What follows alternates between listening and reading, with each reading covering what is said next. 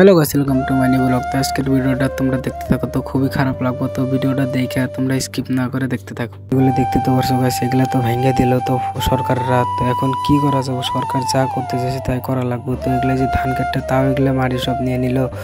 তো এখন পাহাড়ের উপরে যে মাটিগুলো মানুষ ঘর বাড়ি বানিয়ে যে বসবাস করছে, ওগুলো মাটিও ভেঙে নিল। তো এখন কি করা যাবে, সরকারের মাটি যদি এসে যায়, দামি দামি ঘর বাড়ি সব তো একটা স্বপ্ন আশা করে বানাইছে, ঘর বাড়িগুলো সব ভেঙে দিল। তো এখন উপায় নাই, মানুষগুলো এখন কোনো জায়গায় থাকো।